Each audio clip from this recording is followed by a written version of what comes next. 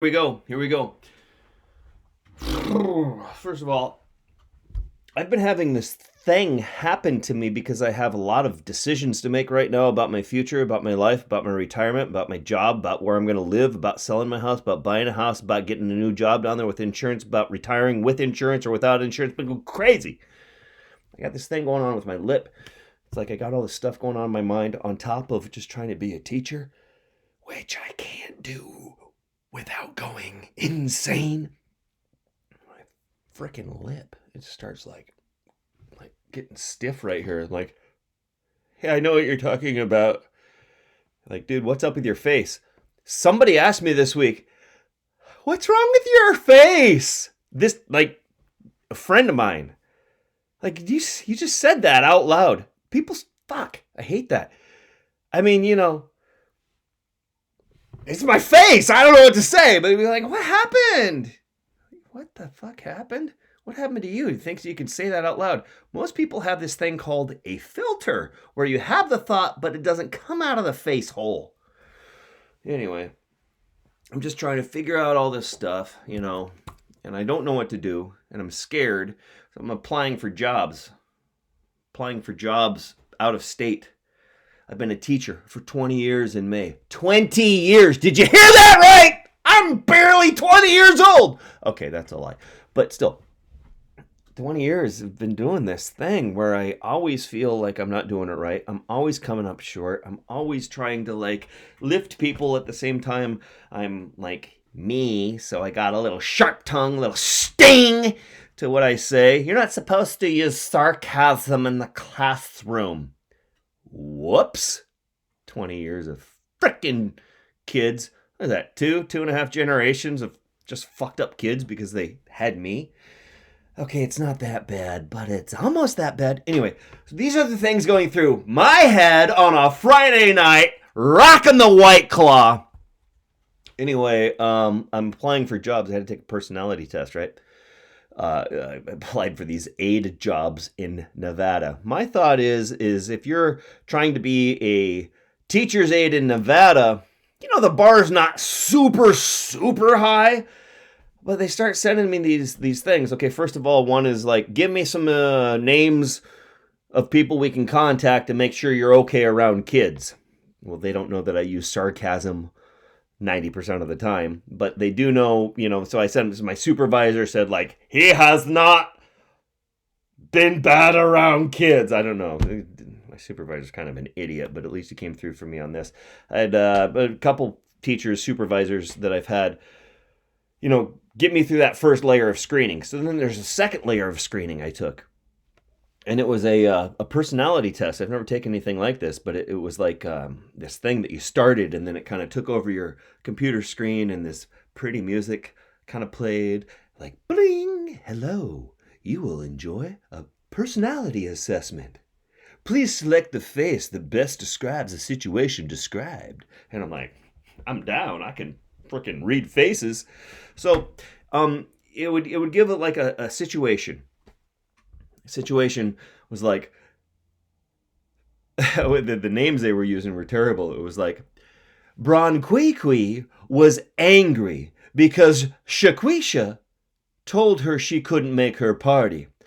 Later that night, Bronquiqui saw on LaQuisha's social media that she couldn't make the party because she was at somebody else's party. So it was like these things where, like, obviously Bronquiqui's mad because LaQuisha didn't come over to her party, but you're supposed to select the face that best fits Bronquiqui's personality. Like, okay, I can do that. So the first one had these names and had kind of the scenario, and then it showed like a Chinese girl going, and it showed like a white guy with red hair going, and then it showed like a black girl going. And then it showed like some other ethnicity kind of just doing a sideways glance. And you had like 15 faces, all different ethnicities, all genders, all of them. And then they're all different expressions.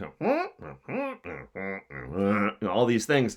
And then so you got to like select what Bronquiqui's thinking, And I selected that one. I did the black girl going like that. And then you move through it, and it's like Roger went to work, and he had slept late that day. He showed up, and he felt bad. Okay, so pick Roger's face. And you pick it, and it's like, well, first of all, there's only two guys and like 5, 6, 7, 8 girls. And I don't know what to do. But I ended up like always picking the surprise black chick. Always. It just fit every circumstance. Like, Joni went to her graduation and on the same day found out her grandma died. How can you not do the freaking surprise black chick on that? I mean, it's like the surprise black chick always worked. Anyway, I kept on. I did the best I could. Sometimes it actually rejected my answer, like answer invalid. Like that surprise black chick pretty much fits every scenario in my head. Yeah. I got a 21 out of 30, which is exactly 7 out of 10, which is exactly 70%. So, hey, I'm not bad with that. Needless to say, or I don't know, maybe it is, they haven't called back. And I'm waiting for that. It's been a week since I took the personality test. So that's going on, trying to look for a job. But to look for a job is hard because I'm not in the place I'm trying to get a job at. I'm thinking the desert. I'm thinking I'm tired of the snow. I'm thinking I'm tired of the snow. And the snow, and you know what? I can't fucking stand the snow. So, kind of thinking maybe I should live with a place without snow. So I'm thinking, well, maybe I shouldn't be a teacher anymore. Maybe I can retire from a teacher. At first, I had this thought a couple weeks ago. I was like, hey, you know what I can do?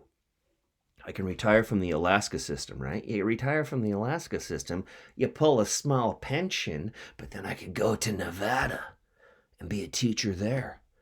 Pull in some money, supplement, have some extra money coming in from the Alaska retirement system. All of a sudden, I'm making more money. I'm teaching, but I'm in the sun.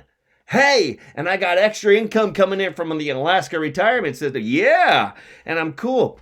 And I had that thought. I was like, yeah, I'm going to find a teaching job in wherever I want to live. So I found a few teaching jobs. There were 19 teaching positions in Nevada. In this one county in Nevada called Nye County. And I go looking around. There's a kind of populated place called Pahrump. Less populated place called Tonopah. And a wide open job that they've been trying to get somebody to in this place called Duckwater.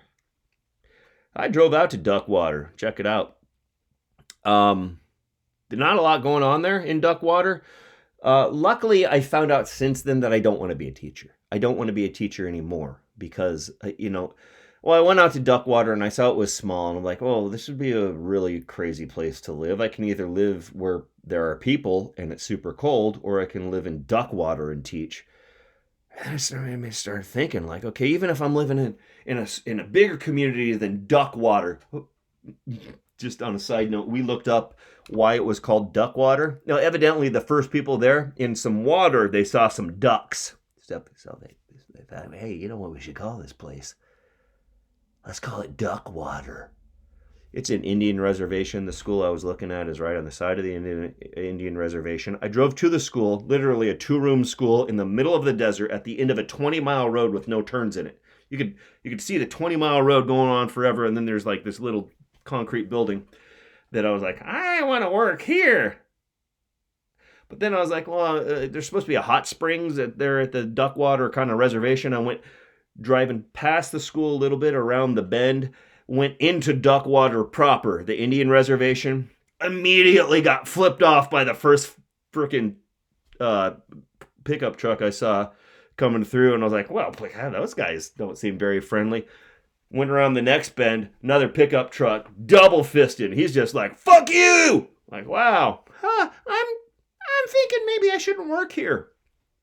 Not just because it was Duckwater and there's people saying fuck you to me. That when I had that thought, it was spring break. And spring break is weird because all of a sudden it's sunny and it's like you forget that you have to orchestrate the lives of many people and like be prepared and be on. You're like, hey, it's sunny outside and maybe I can go to Nevada and I can be a teacher and make lots of money.